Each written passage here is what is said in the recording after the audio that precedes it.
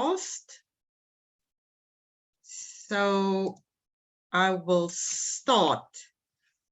Good afternoon, colleagues, and a warm welcome to our very first 2023 HELIG Coffee Talk on ChatGPT. Is it a friend or foe of university students, academics, and librarians?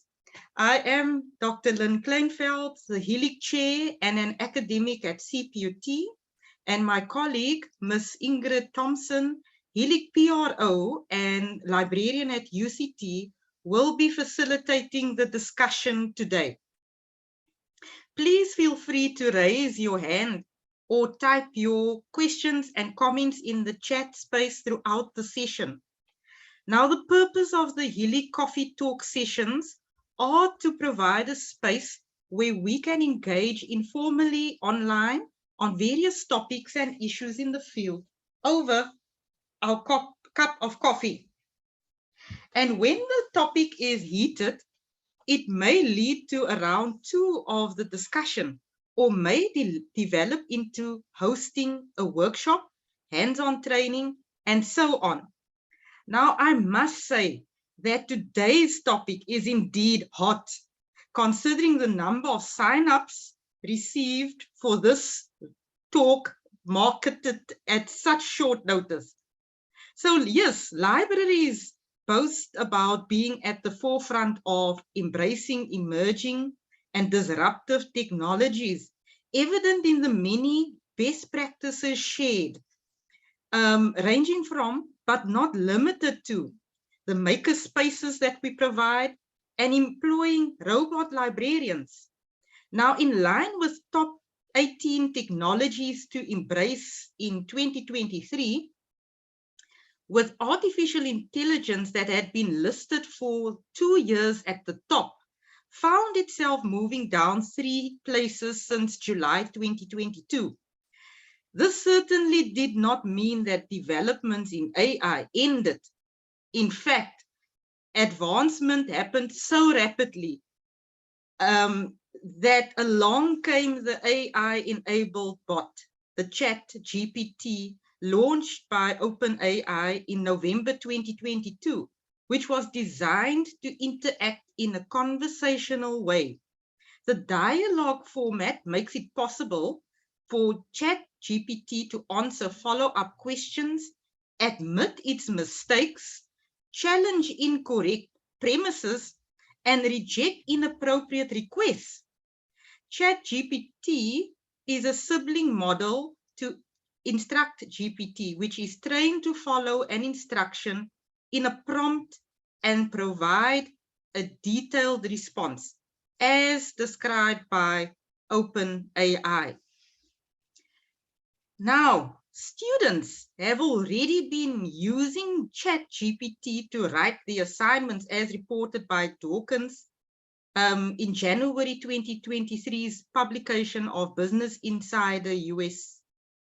The challenge this presents in higher education institutions that to a large extent are still following a blended learning approach, including administering online assessments, need to consider what ChatGPT has to offer and whether this is a friend or foe of students, academics, and librarians. Is it a time for institutions of higher learning to implement an AI policy for teaching and learning? Now, on that note, colleagues, I would quickly just like us to run a quick poll and just to gauge from the floor, how many of you used ChatGPT so far? And you should be seeing the poll on the screen right now. And all you need to do is indicate yes or no and submit.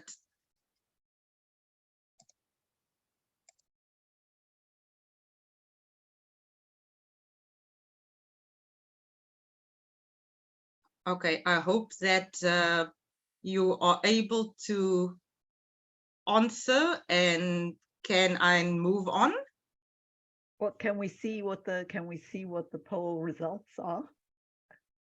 Okay, there it is Okay. on the screen. So 17% indicated yes, and 83% said no. You have not used ChatGPT yet. So thank you, colleagues, for your active participation this afternoon.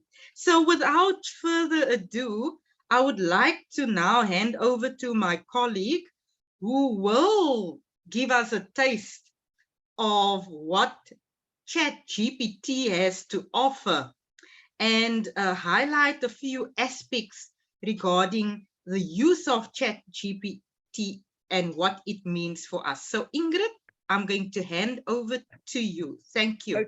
Okay, I will take back the screen. Okay, I will share my Okay. screen in a moment. I am going to go live. We do have slides as a backup in case there is a problem with the chat with ChatGPT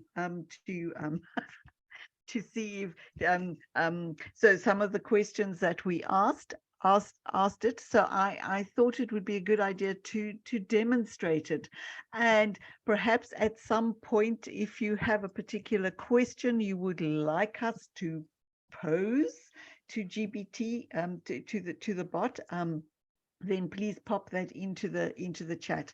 We don't have any answers. I mean, it's again, yeah, sort of Lynn doesn't have the answers, I don't have the answers, but these are discussions that we do need to start looking at. We need to start considering.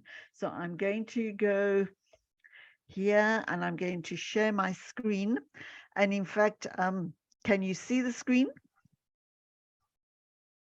Yes, I can Yes. Okay. see it. All right, so this is Um, what it looks like. I have logged in quite often, and I struggled quite often. If you log in, it's a bit like on, well, on occasion you get on Twitter. I mean, you used to get on Twitter. Um, um, um, the overcapacity. So sometimes you actually can't log in. And I just persisted, and I've actually had this sitting on my laptop since about 11 o'clock this morning, not daring to come out of it in case I couldn't get Ingrid, back in. Yes. if I may just add that I've been struggling since last night to get in. I couldn't. So lucky you. Okay, so we've been posing a number of questions to this, and one of the questions that I posed was, why should I join a library association?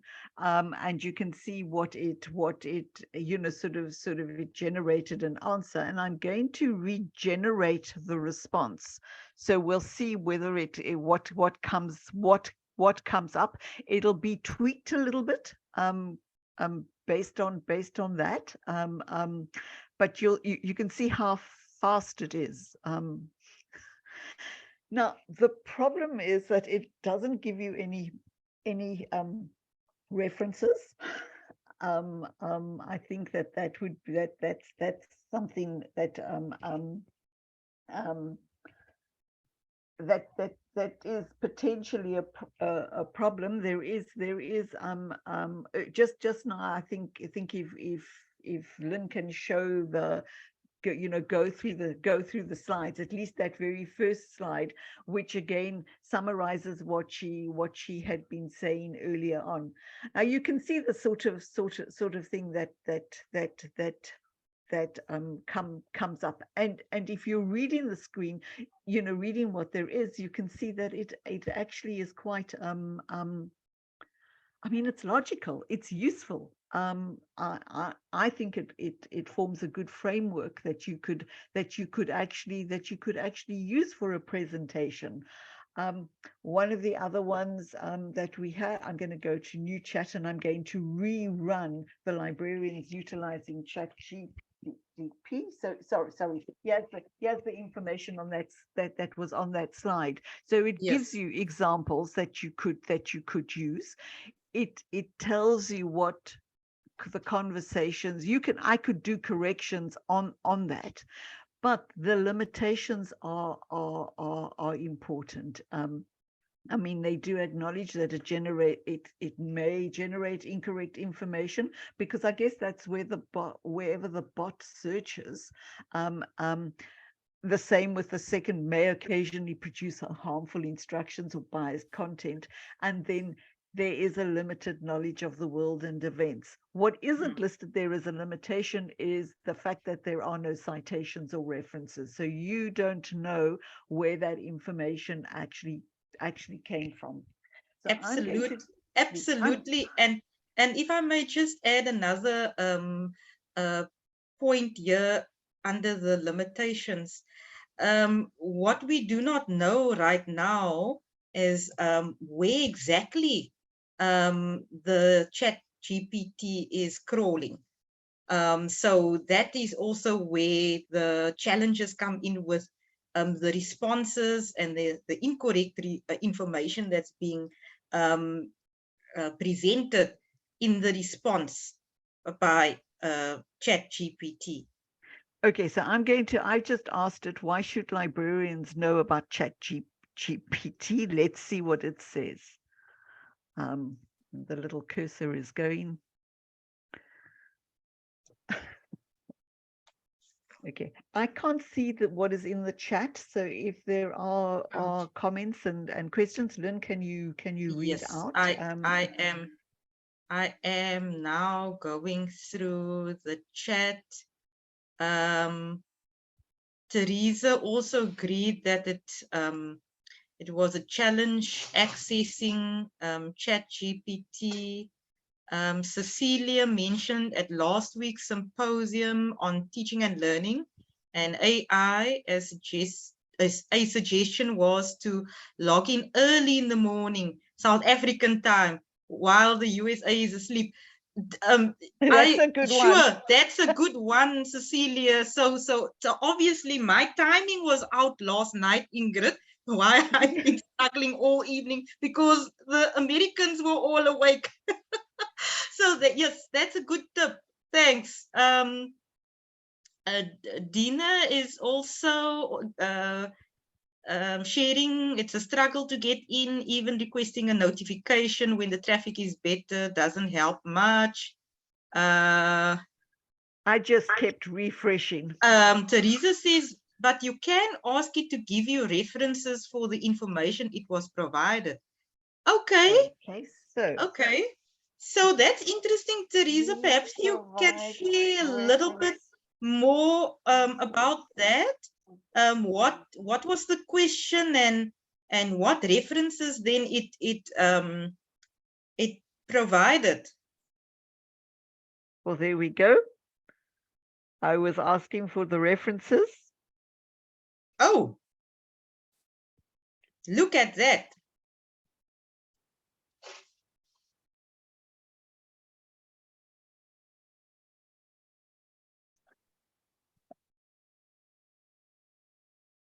The use of artificial intelligence in libraries.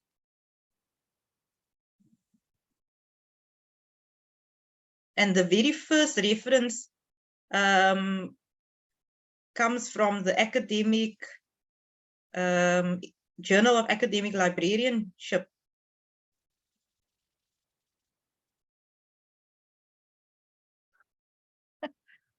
Okay. I'm sitting here with my jaw dropping. I'm speechless, colleagues. So there we have it. So the follow-up question to the question we are posing to ChatGPT is to ask to provide the references.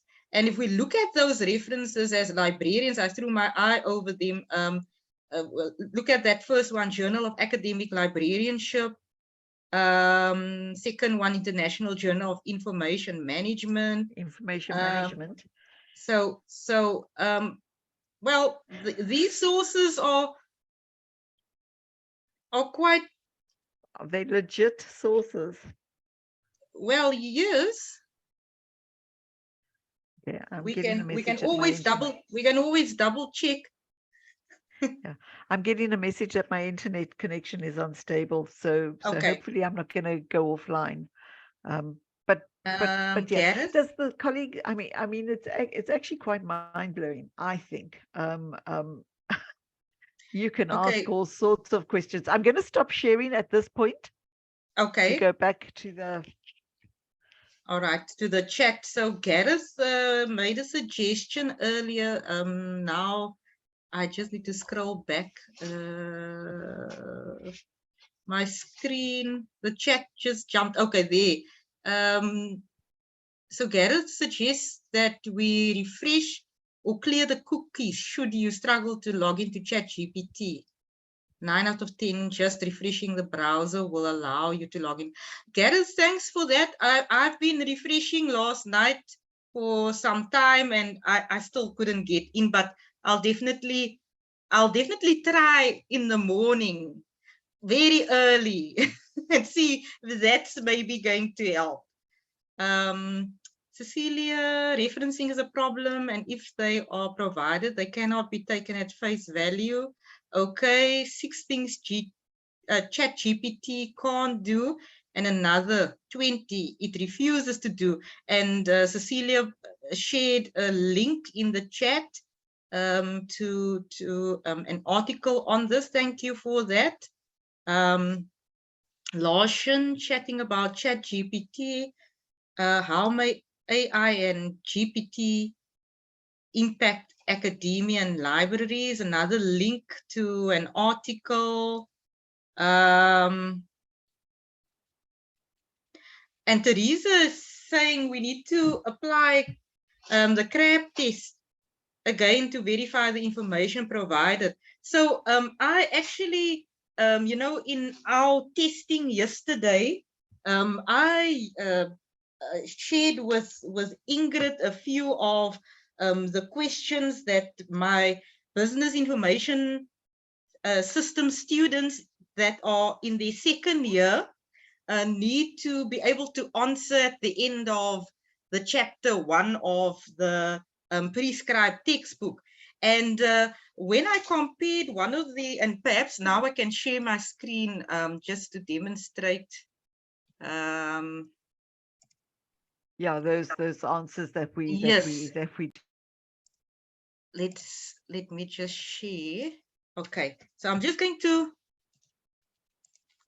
run through this quickly to get to that. Here we go.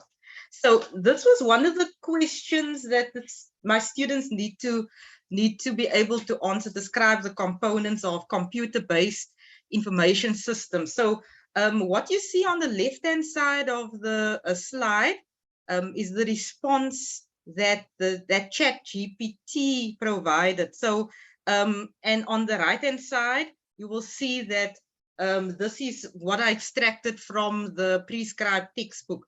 So between the two, ChatGPT listed 5 of the components, 5 of the 6 that the textbook, well, the 6th one not really being a component, but that we people are the users of these IT components.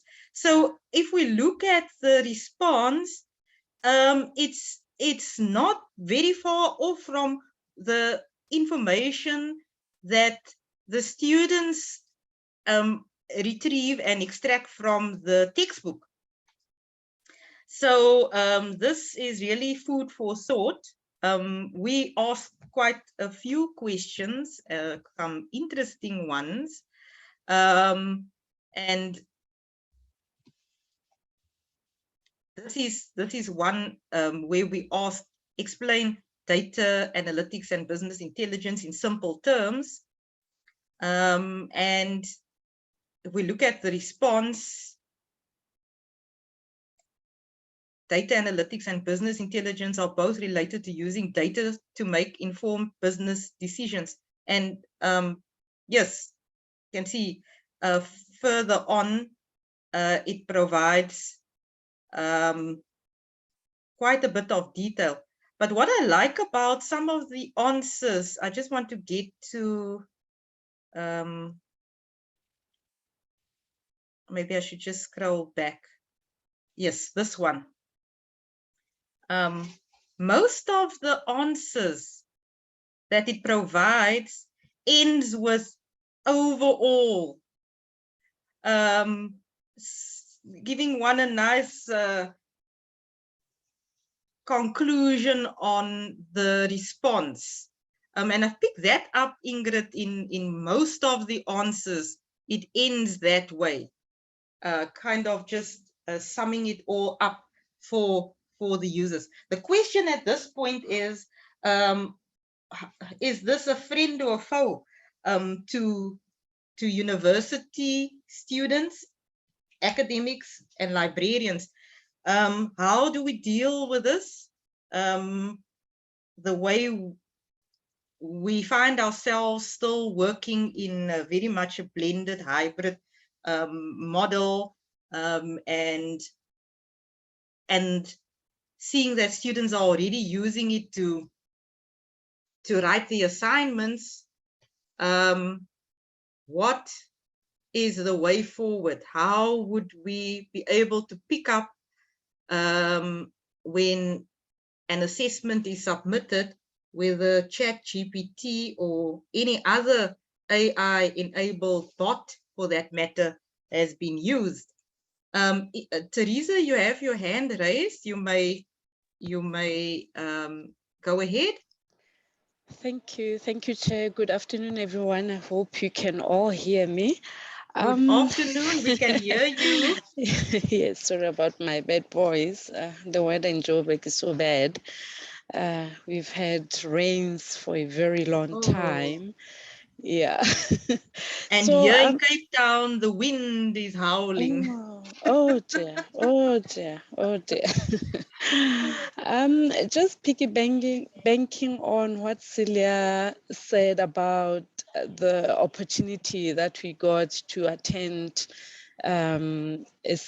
was it a symposium, a seminar last week, I think.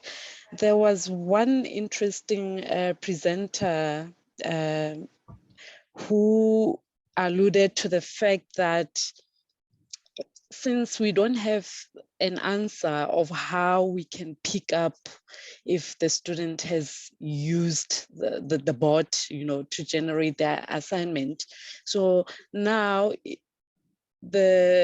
lies with the lecturers in terms of how they put together their assessments. So she even came up with some examples of how assessments can be run. Instead of asking simple questions like listing and all that, look for ways of where you engage the student to apply critical thinking skills, you know, looking for ways to engage them, to evaluate, you know, yeah, instead of just asking them to list and all that they can get from the artificial intelligence tool, turn it around and change the way you pose your questions in the assessment. So I think that's something that the academics have to look at in order to beat or to work together with the AI. Because another example that was given was that in the past, the calculator was never accepted. It was regarded as a cheating tool, but now it's forever on our children's stationery list. We need to buy it. So yeah, I think we all have to embrace this and see how best we can work together with AI in order to make our jobs efficient and like that. Absolutely, Teresa. Thank you for sharing that. And I do agree that we shouldn't be afraid of the technology. Rather, change that feeling of fear and identify the opportunity in the challenges. I was thinking about this as to what would my approach be for assessments, and already in my mind I'm thinking I'm actually going to provide the ChatGPT response to a question and then get the students to respond to that. Either they need to evaluate it or say why they think this is the case. So instead of just posing a question for them to list or describe some concept, provide it to them and then ask them to take it a step further. I think that would be one approach to handling this, or asking them to use ChatGPT and then take it a step further and evaluate that information and provide reasons why they agree that the information provided or the answer provided by ChatGPT is a valid response or not. Lisa Marie, I see your hand raised. Please go ahead. Can you hear me? Yes. Hi there. Hello. Hi, Lynn. Hi. Yeah, so exactly what you said now. It's an opportunity for us to review Bloom's taxonomy in the way we kind of align assessments. So obviously now AI has moved up some levels on the taxonomy in terms of being able to answer basic assessments and all that. But I guess it gives us an opportunity then to go to higher levels in terms of evaluating and making judgments. Yeah, so as you say, providing the answer and then asking students to evaluate that and Yes. and in a sense apply those principles like that people have been talking about. So I think that could it could definitely improve if we take on those principles of learning and learning outcomes and assessment. So there's a great opportunity there. Thank you, Lisa Marie. And you know what? I've just realized this is also an exciting time for academic librarians to incorporate this into information literacy. Absolutely. Absolutely. And I last year I added in one of the presentations I conducted. I think it was in at the AI symposium in Galway, the IFLA IT sections, AI special interest group, the very first AI symposium, where it is a time for us to incorporate artificial intelligence literacies. So we constantly developing our information literacy and expanding on that. And yes, I do see that artificial intelligence as a possible solution to the challenges that we have been facing, especially students with still struggling to reference correctly. And yes, the possibilities are there. Let's embed it into our tools. Already we find that without realizing it, artificial intelligence has been embedded in what we do all the time. We have these suggested words and phrases as we are typing our emails, Gmails, etc., that we can accept. And so we don't really think about it that already is AI incorporated in what we do every day. So definitely it's just a change of approach in how we do things, but certainly yes, to encourage and enable more critical thinking. Lynn, let me just share my screen. I've actually Sure. posed that. Let me share my screen. I've posed that question to Okay. to the bot, and I can't copy and paste it. It's not letting me copy and paste. Okay. So I posted the question, how to incorporate ChatGPT into InfoLit, and there we go. There's some suggestions directly from Chat And I will Wow. ask for the references in a moment. Yes, yes. There we go. Just what we talked about now, encourage critical thinking, use it as a research tool, search strategies. Look at that. Integrate ChatGPT into online research guides, can be enhanced. Overall, incorporating ChatGPT into information literacy can help students develop the critical thinking and research skills needed to evaluate and use information effectively. How smart is ChatGPT for you? Okay. It's actually saying exactly what needs to be done. Evaluate the Okay, so information. I've just asked it to what references did it use. So there we go. And I mean that explains that. As an AI language model, ChatGPT does not rely on external sources or references when generating responses. Instead, ChatGPT is trained on a massive amount of text data from the internet, books, and other sources. During training, the model learns to recognize patterns and relationships between the text, which enables it to generate human-like responses to a wide range. So just having read that part, this is the response ChatGPT is providing for your question. What references did ChatGPT use in the response now? Previously, it provided a list of references. Now the question is, if we look at that, how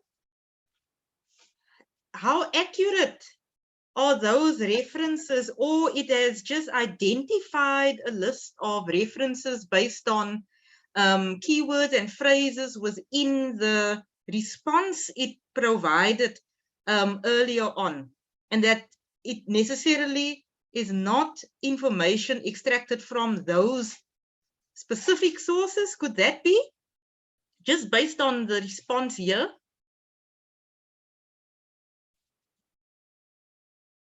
I'm going to stop sharing my screen so I can actually see what's in the chat. Okay. So definitely thought-provoking, but certainly a very, very, very exciting time for academic librarians to incorporate this into our information literacy modules. Sure. I just have this I mean, little scenario in my head, and I mean, I think Celia, you can probably attest to this as well, because this used to happen to us on the reference desk. A student would go and write their assignment, not use any references or anything like that, and then come to us and say, "I've written this. Can you please find me a reference that actually says that exactly?" And that was actually quite, yeah. I mean, I have this vision of somebody using ChatGPT and coming with that sort of question. But Celia is right. There is, of course, the ethical. There are the ethical issues as well.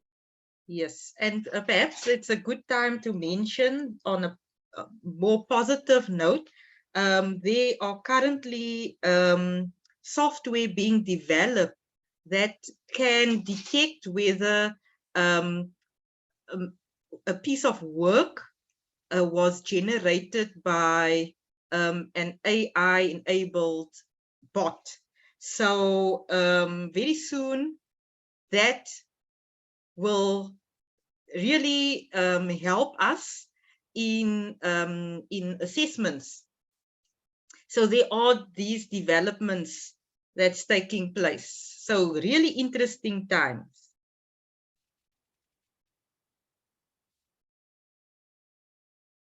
I'm looking at Molepo's comment. ChatGPT is definitely a fascinating AI development. My view is that we need to be aware when text is written by a human or a machine. Yes, we should always strive for transparency. There's already many people alarmed by the power of ChatGPT. One of them is Edward Tian, is a 22-year-old senior at Princeton University. Edward has developed a counter technology to ChatGPT called GPT-0. That's interesting. Teachers are already using GPT-0 to check for the origin of text in student work. So there we have it. Molepo has already just shared with us one of the tools that is countering ChatGPT. Well done.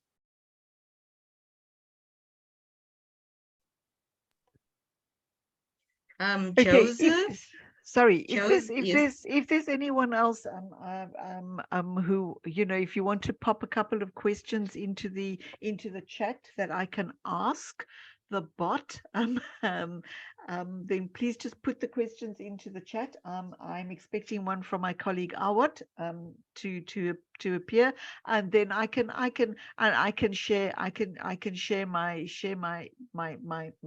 screen again. But there's the one chap, and Celia has also said that she follows him, that Mustaq Bilal PhD is really worth, if you are on Twitter, is really worth following. He has interesting threads. He looks at things. He's been you know, sort of suggesting how you could use use the bot to improve your writing, maybe, you know, or to do a first draft of a paragraph. You know, that sort of thing. So really would like to suggest that he's well worth following. Okay, Awat, I'm going to grab your question. Okay. I'm just going to read Joseph's comment that it might be simplistic to assume AI can't do higher level Bloom activity, example, creative work. There's already artwork created by AI. Certainly, and we see that already books are published by AI. So although it's not perfect, but already that is out there.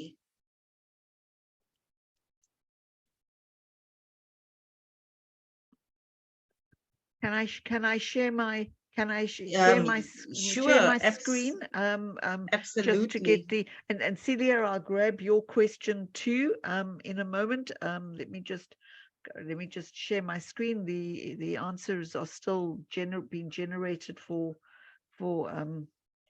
Awat's question. So I mean, I asked it to list, please list publications citing that particular DOI, and it's given me, it's used Web of Science, and it's okay, it's listing. It's, yeah, that's interesting. Okay.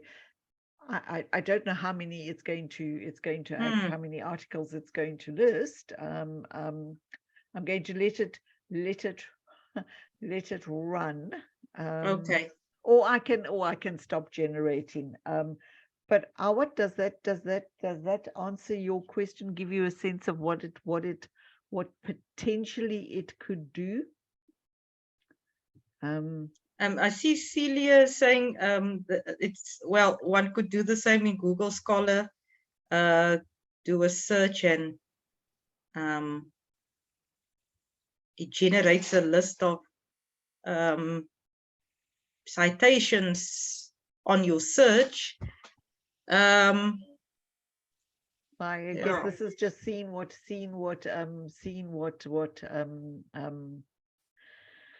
what this bot can do. Yeah, I mean, I don't know that it'll replace Google or replace Google Scholar, but it's probably something to be used in conjunction with, together with one of the tools in the toolbox. Is my thinking. Okay, I'm going to just go and grab Celia's question. Okay, and while you do that, Ingrid, I see Johan, Gibbs here. I've no idea, Karina and Johan, why it is all Chinese. I really have no idea. Well, it comes. I guess in response to that, it's what I asked earlier. We're not sure what ChatGPT is. Where is it crawling? You know, so. That is the $1 million question as to how, is it geared towards certain resources, etc. We don't know. Gift, I see your hand is raised. You may go ahead. Welcome. Thank you very much, Chair. And good day to all the colleagues in the room. Chair, from my experience with using ChatGPT, the only challenge that I have, it's a nice tool and it's quite fascinating to use. But the only challenge that I've encountered is with regard to the permalinks that it adds to the references. Okay. I've struggled to duplicate them. So perhaps Ingrid could just copy one of the links that would appear maybe under the references that it used. Then let's see if indeed those links do well. Because with me, it just took me to a dead end. And then I also tried to duplicate the search on my own using some of the titles that it gave me. But then again, I still struggle to find them. So I don't know. I think it's a bit early for us to consider adding it and incorporating it to our information literacy. But in future, I think if some of these challenges, they will resolve, obviously, as they keep on enhancing the tool. But at this moment, my personal view is that it's a bit too early. I don't trust it yet. Thank you, Gift, for your contribution. And you've raised some valid point there regarding the accessibility of these sources. So that says something. Now the question is this AI bot actually making up citations based on pairing data, words, etc.? Because surely the purpose of a reference list is that one can locate those sources. And if that is not the case, then it's questionable. So thank you, Gift, for sharing that. It will be interesting to just do a bit of evaluation of those reference lists that ChatGPT is generating. Thanks. Colleagues, are there any other burning questions? Maybe something you would like Ingrid to quickly ask the ChatGPT and see what response it generates. But while we wait on that, I think there's quite a bit of food of thought coming from our discussion this afternoon, and in terms of perhaps we should consider how we are going to incorporate it in information literacy. And it comes back to tying in artificial intelligence literacies into information literacy. We have to create the awareness there, the same as applied to fake news and how we incorporated that. If we think of IFLA's infographic that was published to support academic libraries and academic librarians to create that awareness among our users, our communities, and the importance of being able to identify fake news, evaluating information. So perhaps it's a time for us to consider the AI-enabled bots and creating that awareness within our university communities in terms of using information effectively and not just taking everything that is presented through these tools as just by face value.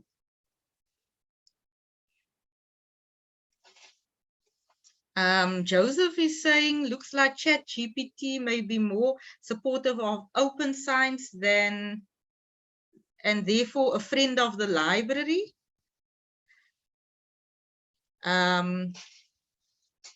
Mariette, you're also saying, Lisa Marie, very interesting indeed, but I'm thinking due to its open access status, it might not be easy for ChatGPT to harvest such information. Okay, so this is in response to Lisa Marie's comment about accessing archived website sources, and you discovered a lot of 404 errors in the references. Okay. So Gift, I don't really need to run anything because Lisa Marie and Celia have been running things. Yeah, I mean it's obviously backing up. It confirms what your findings were. I must say that I haven't gone to play in depth. I've just sort of created that account that I could actually just start playing and just on the face of it, if I was going to be doing for example, a presentation or something like that, I may sort of put something in to get an outline, a framework, points that perhaps I shouldn't forget, and then to do my own creative intellectual work. And that might be the way. I mean, certainly for my purposes, the way that I would want to use it. But yeah, I mean, as this is going to be kind of flavor of the month, and I know we will have, if we haven't already, I know Celia has, certainly, and I'm sure that several of us, more of us will in time in the next few weeks have academics asking us about this. So we do need to know what it is at the very least, and just sort of know that there are issues. There is so much literature out there, or so many blog postings and information. It actually is very overwhelming. There's probably too much information coming. And then next week there is the ASAF webinar. I was just going to yes.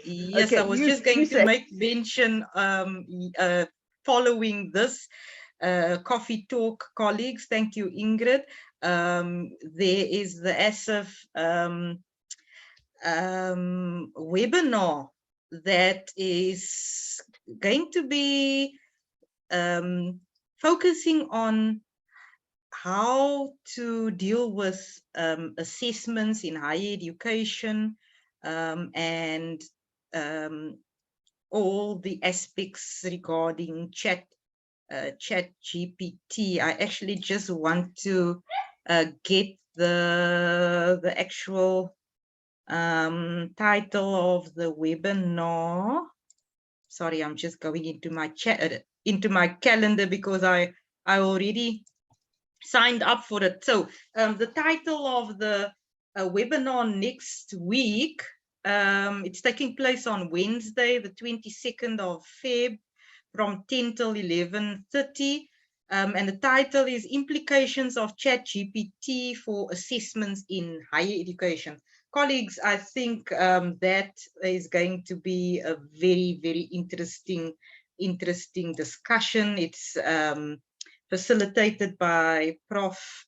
Johannes Kroenier from the Cape Peninsula University of Technology, and also some colleagues. Let me just see. Okay, I didn't put all of that details in my calendar, but if I can quickly get to the post. Where is it? Oh, too many things. Oh, here we go. So let's see.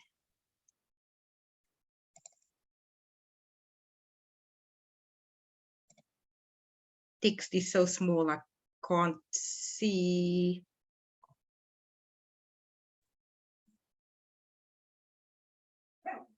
Okay, in this advert, it's not providing me with all the speakers, but it's a roundtable discussion that is taking place next week. And I'm really looking forward to hearing what the outcome will be of that interesting talk. But I know that Prof. Johannes Kroenier is one of the panel members from the Cape Peninsula University of Technology that will be facilitating the discussion next week. So colleagues, as you can see, there will certainly be more discussions on this. And as I mentioned during the introduction, the purpose of our coffee talks are to have an informal discussion. We certainly do not have all the answers. However, when the topic is hot, like this one is, it can develop into a workshop, training, seminar, etc. So please do look out for more developments and communication from HELIG on this topic and going forward, so that we are able to support our users, our university community, and work together in embracing these disruptive technologies, but see how it could also work to our advantage. So on that note, I would like to thank Ingrid for facilitating this coffee talk with me this afternoon, and for providing us with a demonstration of how the ChatGPT works. I would like to thank all of you for joining the session, for your active participation in the discussions, and also to Anne-Marie and Lebogang. We appreciate the technical support, and I must say a very big thank you for accommodating HELIG on such short notice, for hosting this coffee talk this afternoon. We really, really do appreciate your support. So colleagues, we are running out of time. If you have any further questions for us, please do not hesitate to email any one of our HELIG members, and we will certainly respond to you. And please feel free to also suggest topics that you would like us to cover in the future. We do welcome those suggestions as well. And please do look out for our lineup of events that we will be hosting. And at this point, I could maybe just provide some information that the next coffee talk will be a discussion on 2023 orientation, and what worked, what didn't work, and any new developments that you would like us to know about with regards to how you have been running your library orientation programs this year, as we have now eased out of the online hybrid form of orientation to back to face-to-face. So thank you, colleagues. Keep well, have a lovely afternoon, and we'll see you online during our next coffee talk. Goodbye, everybody. Thank Okay. you.